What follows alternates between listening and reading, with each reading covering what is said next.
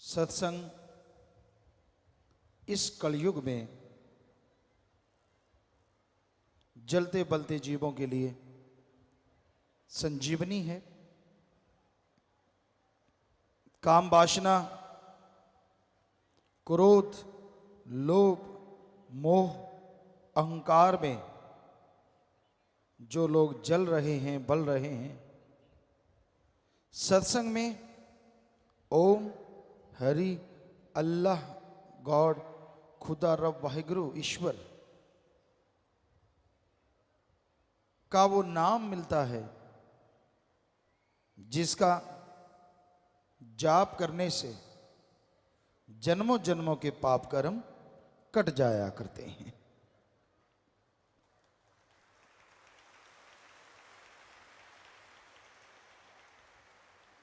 कौन नहीं चाहता कि वो बेगम हो? कौन नहीं चाहता कि वो निरोग हो? कौन नहीं चाहता कि उसका घर परिवार सुख शांति से, परमानंद से जीवन जिए? हर कोई चाहता है कि ऐसा हो, लेकिन परमानंद के लिए हर गम, दुख, दर्द, परेशानी की बीमारी के लिए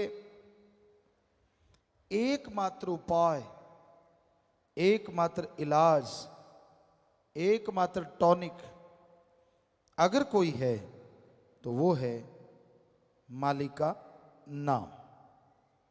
मालिक का नाम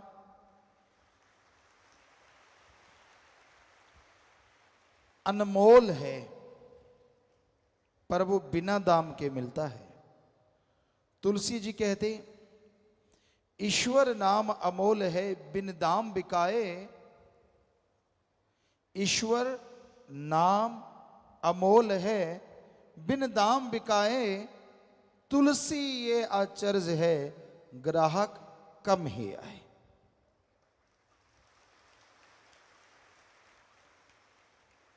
ईश्वर का नाम अनमोल है, पर बिना दाम के वो मिलता है।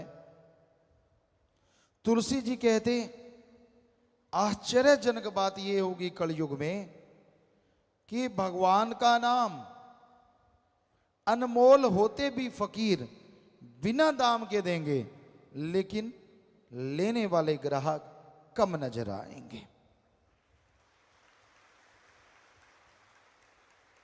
वैसे देखा जाए तो आज राम नाम के ग्राहक बहुत बढ़ रहे हैं, लेकिन सारी जनसंख्या का देखा जाए तो तुलसी जी वाली बात बिल्कुल सच नजर आती है। हजारों में, लाखों में, महीने में लोग मालिक के नाम से जुड़ते हैं। ये कोई छोटी बात नहीं है। दिन रात ओम, हरि, अल्लाह, वाहिगुरु, गॉड, खुदा, रब की भक्ति इबादत में जुड़ने वाले बढ़ते जा रहे हैं। उतना ही काल महाकाल जलता है, तड़फता है, और बुराई के नुमाइंदे राम नाम को रोकने के लिए लाखों करोड़ों रुपए लोगों पे खर्च कर रहे हैं कि कैसे प्रभु का नाम रुके, कैसे कोई राम का नाम लेना बंद कर दे, कैसे कोई बुराइयां और बढ़ाए, बुराई को बढ़ावा मिले और राम नाम, अल्लाह, वाहिगुरु, ईश्वर का नाम रुके। परलय महाप्रलय भी राम नाम ना रोक सकी। ये तो चलता था, चलता है और चलता ही रहेगा।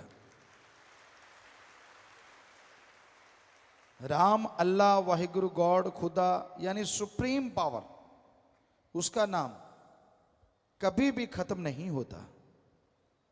परलय महाप्रलय में ब्रह्म तक लोग खत्म हो जाते हैं, लेकिन पार ब्रह्म ना कभी खत्म हुआ, ना हुआ था और ना कभी होगा।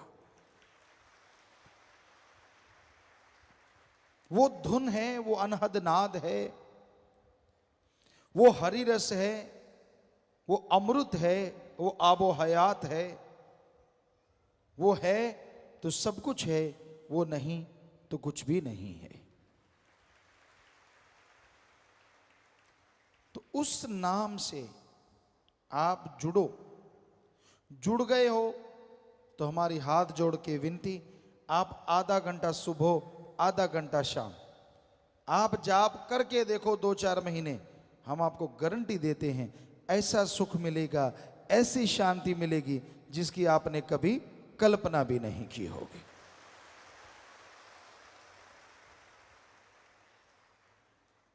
अब आप अगर जाप करते ही नहीं तो क्या किया जाए?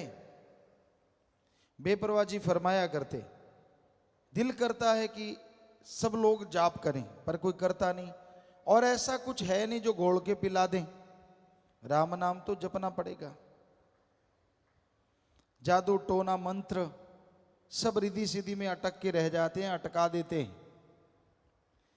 मालिक का नाम सुखों की खान है, और उसका जाप करते हैं, करते हुए जो ओढ़ निभा जाते हैं, दोनों जहां में उनकी जय जयकार होती है और उनका नाम अमर हो जाता है।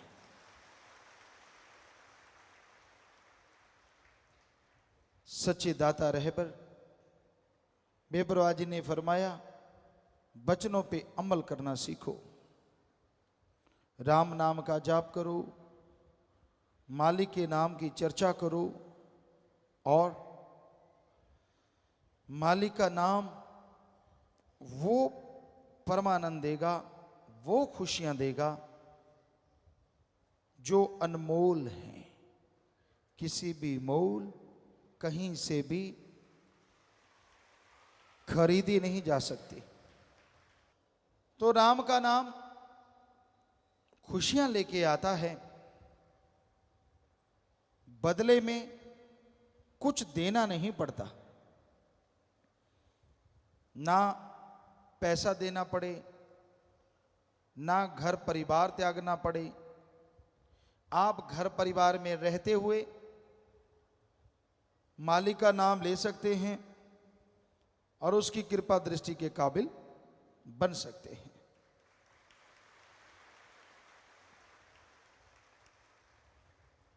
राम नाम जपने के लिए लोग सब कुछ त्याग देते हैं। इंसानियत की सेवा के लिए जो त्यागी तपस्वी यानी ब्रह्मचारी सतब्रह्मचारी बन जाते हैं, वो नसीबों वाले होते हैं। उनकी कुलें, उनके परिवार अति भाग्यशाली होते हैं।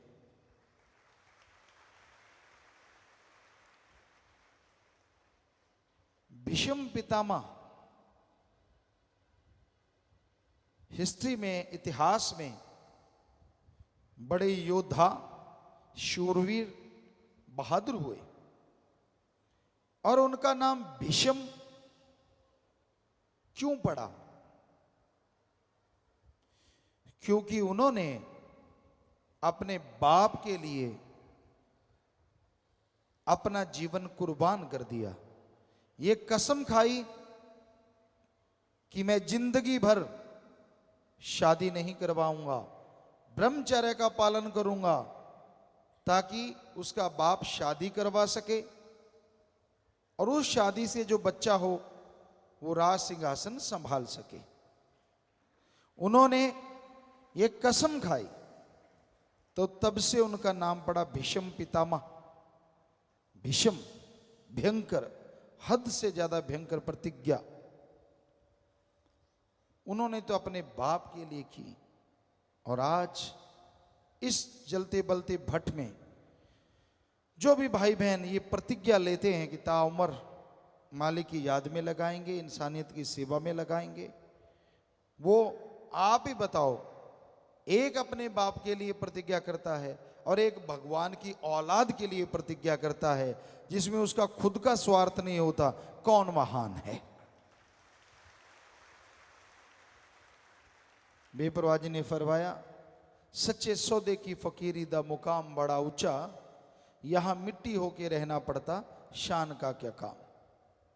बस इतनी सी बात है, दीनता, नम्रता धारण करो, वचनों पे रह के सेवा करो। अरे जीवन में वो मकाम हासिल करोगे, वो खुशियां मिलेंगी जिसकी आपने कभी कल्पना नहीं की होगी।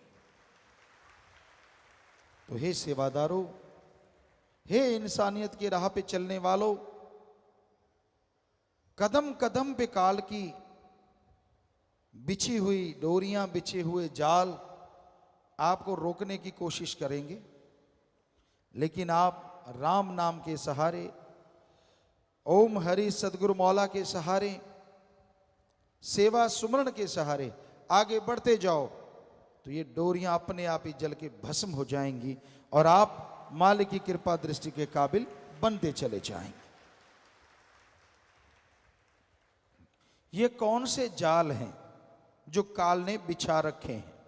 काम वासना है जो इंसान को बुरी तरह भ्रमित कर देता है, बर्बाद कर देता है, कहीं का नहीं छोड़ता। फिर क्रोध है, क्रोध में आके लोग अपना बहुत कुछ बर्बाद कर लेते हैं। भाई भाई को खत्म कर देता है, बाप बेटे में झगड़ा है, बहुत कुछ ऐसा होता है जिसकी कल्पना भी नहीं होती, तो फिर भी आप बर्बाद होते हैं।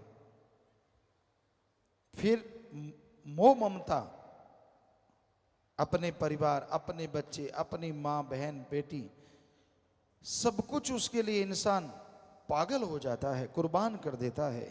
चाहे वो कितना भी गलत कर रहे हों, लोग बताएं कि भाई आपका बेटा आपकी बेटी गलत, नहीं मानता तो वो एक दिन उन्हें विष रूप बना देता है और खुद भी सारा परिवार कलंकित हो जाता है। फिर है लोभ लालच। लोभ है सर्व पाप का बाप। लोभ लालच यहां आया नहीं कि बाकी के पाप जुड़ते चले जाते हैं। इंसान भूल जाता है सब कुछ, अपनों का बुरा करता है। हम आपको बात सुनाया करते हैं, आज फिर ख्याल में आई।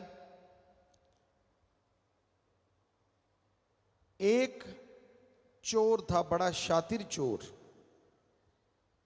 बड़ा ही शातिर, जिसे कभी कोई पकड़ नहीं पाया। इतनी सफाई से चोरी करता था कि कुछ पता ही नहीं चलता था, कोई सबूत नहीं। एक दिन बहुत धनाढ़ आदमी के घर सुबह हुई, नौकर चाकरों ने शोर मचा दिया कि दीवार टूटी हुई है, चोर ने चोरी की है, सेंध लगाई है। मालिक जागे, दौड़ के देखा, सारे अलमीरा वगैरह खुली पड़ी थी, संदूक खुले पड़े थे, एक बड़ी सी पोटली पड़ी थी। जब उसके पास गए, नीचे एक बड़ी सी पर्ची पड़ी थी, पोटली साइड में करी, उस पर्ची पे लिखा हुआ था, मैं वही शातिर चोर हूं जो किसी के पकड़ में नहीं आया। रात में आपके यहां चोरी करने आया, मैंने सारा कुछ इस पोटली में बांध लिया, हीरे जवाहरात सोना सब कुछ मोती इसमें हैं। मुझे भूख लगी, यहां आपके मर्तबान है, उसमें वाइट कलर का कुछ था। मैंने सोचा ये बूरा चीनी है, मैंने उसे खोला, हथेली पे रखा और यूं फांक लिया। ओ, ये बूरा चीनी नहीं, ये तो नमक है। मैं बहुत बुरा हूं, चोर ने बोला। चोर कहने लगा, मैं बुरा हूं, अवगुण है मेरे में, लेकिन मैं नमक हरामी नहीं कर सकता। मैंने आपका नमक खाया है, इसलिए ये सारा सामान छोड़ के जा रहा हूं। चोरों के भी कायदे, चोरों के भी इंसानियत होती है। आज घोर कलयुग है, लोग एक चुटकी नहीं, ट्रकों के ट्रक, ट्रालियों की ट्राली नमक खा जाते हैं। और माया रानी जब सूंघती है, माया रानी सूंघा दी जाती है तो पल में अनाप शनाप शुरू हो जाता है। जो राम नाम के गुण गाते हैं वो राम नाम को उल्टा बताना शुरू कर देते हैं। अब खुद ही देखिए इंसान कितना गिर चुका है लोभ लालच में, हद से ज्यादा। तो ये है लोभ लालच, और वो दुखी होते हैं, कुलें तक डूब जाती हैं, जीते जी परेशान रहते हैं, मरणोपरांत नरक में जाते हैं।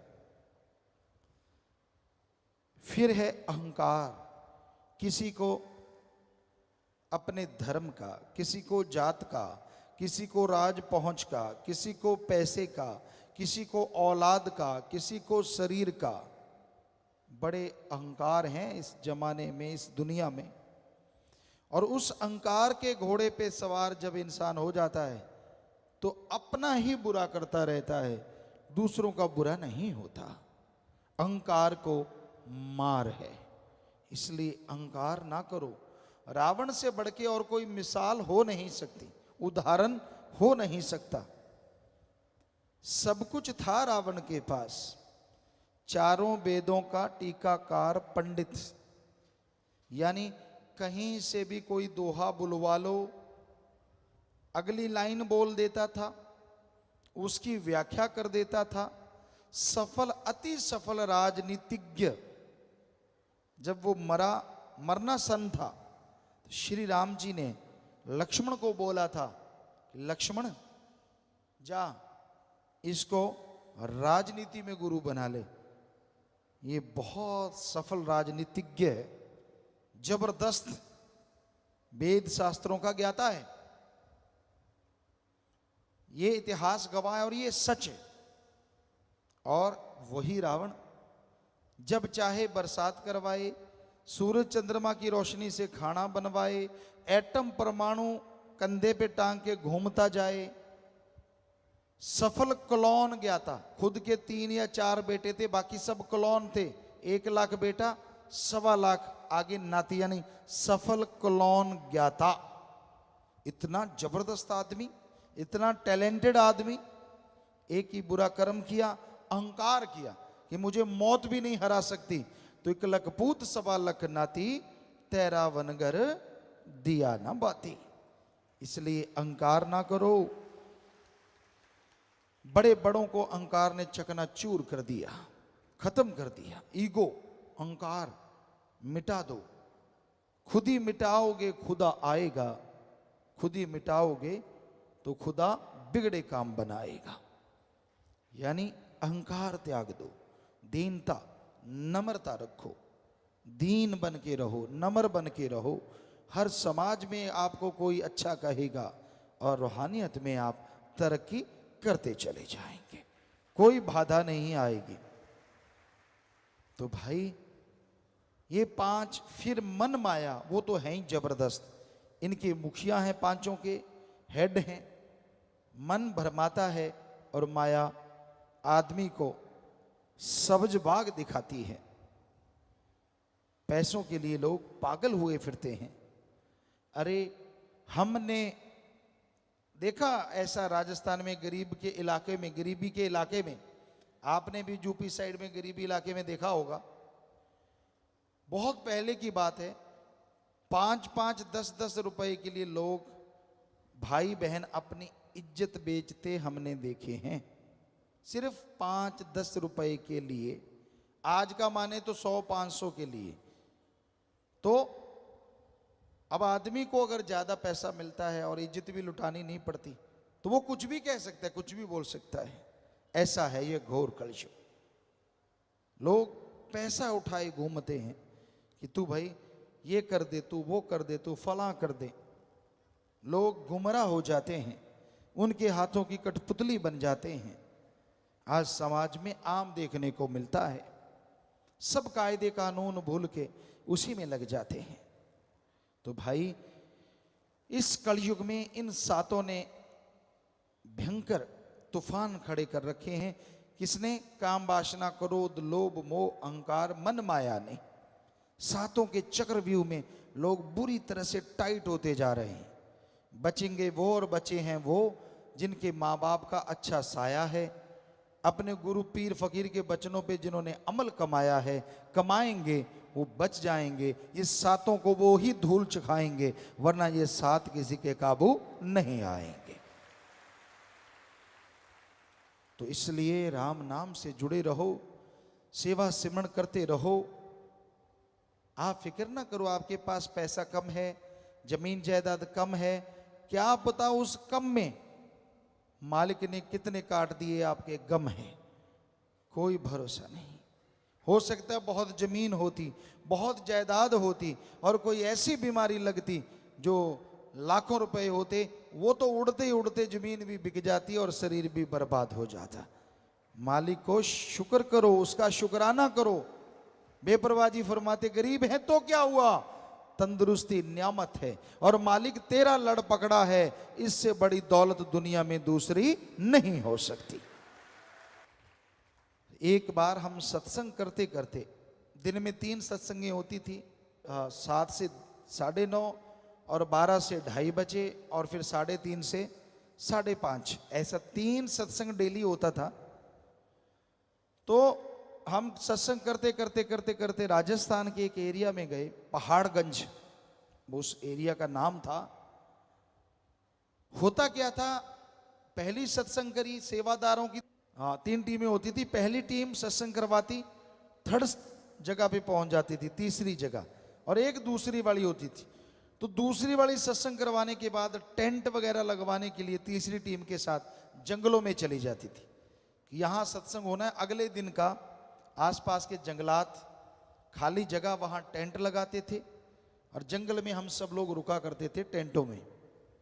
तो उस पहाड़गंज एरिया में सत्संग होना था, 3 सत्संगें हुई। हम रात को पहुंचे तो हमें बताया कि पिताजी यहाँ पास में एक गरीब परिवार रहता है, 2 मियाँ बीबी बुजुर्ग, काफी उम्र थी उनकी, बुजुर्ग थे। तो कहते उनका मकान एक सही है, एक की आधी छत गिरी हुई है, गरीब हैं, पैसा नहीं है। तो हमने कहा फिर, कहते हमने उनको बोला कि आटा ले लो। वो कहते गुरुजी आएंगे, यहाँ रुकेंगे, हमारा कुएं का पानी पियो, कोई हर्ज नहीं, पर क्या हमें कुछ देना पड़ेगा? सेवादार कहते नहीं, आपको कुछ देना नहीं पड़ेगा, बल्कि हम आपको आटा देते हैं, आपकी छत बना देते हैं, घर बना देते हैं। वो हाथ जोड़ के खड़े हो गए, दोनों बुजुर्ग बागड़ी परिवार। कहने लगे भाई हो सके तो माने थारे गुरुजी से मिला दो, कि अगर हो सकता है तो आप हमें आपके गुरुजी से मिला सकते हो। वो कहते हाँ।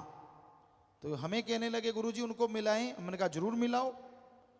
बुलाया, दोनों बेचारे बुजुर्ग, लगभग 70-80 साल के बीच की उम्र, मियाँ बीबी। हमने कहा बोलो बेटा, हम आपकी क्या सेवा कर सकते हैं? आंखों में आंसू आ गए।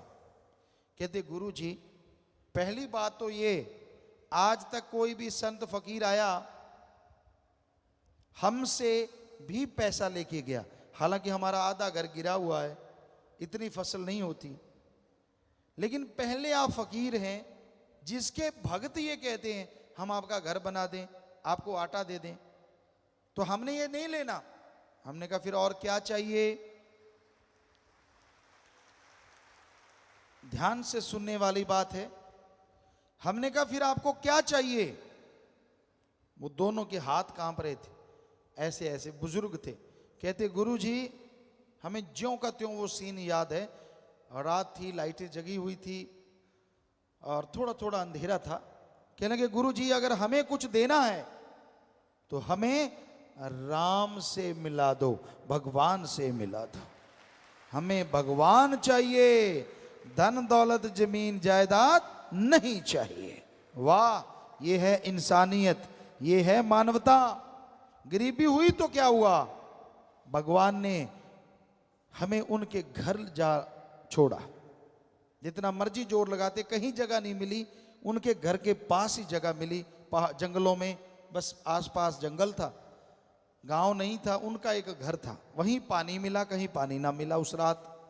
तो ये है उनकी सच्ची तड़फ। अगले दिन उन्होंने नाम लिया, गुरु मंत्र का जाप किया और नाचने लगे कि हमें सच्चा मोक्ष मिल गया है, सच्ची भक्ति का तरीका मिल गया है। ये है इंसानियत, आज भी जिंदा है।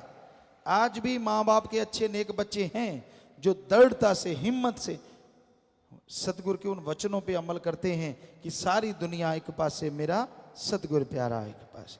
दुनिया को, दौलत को, शोहरत को ठुकरा देते हैं और अपने भगवान अल्लाह सतगुरु राम से हमेशा नाता जोड़े रखते हैं। तो धन्य ऐसे माँ बाप, धन्य ऐसे बच्चे, धन्य ऐसी कुलें जिनमें ऐसी औलादें, सेवादार जन्म लेते हैं। तो भाई यही आज के दौर का, आज के समय का बयान है, हकीकत है कि आज के दौर में क्या हो रहा है, कितना घोर कलयुग है। गुंडागर्दी, नशा प्रस्ती आम है और राम नाम के लिए लोग रोकते हैं, भक्ति इबादत के लिए रास्ते रोके जाते हैं, तरह तरह के नियम बनाए जाते हैं। पर राम नाम, जैसा आपको बोला, कोई किसी का गुनाह नहीं करता, किसी को दर्द नहीं पहुंचाता। राम नाम तो सबका भला करता है। जो भी राम का नाम लेता है उसे अंदर बाहर कोई कमी ना रही थी, ना रह रही है और ना रहेगी। राम नाम संभाल करता था, कई गुना बढ़ के कर रहा है और सैकड़े गुना बढ़ के आगे करता रहेगा।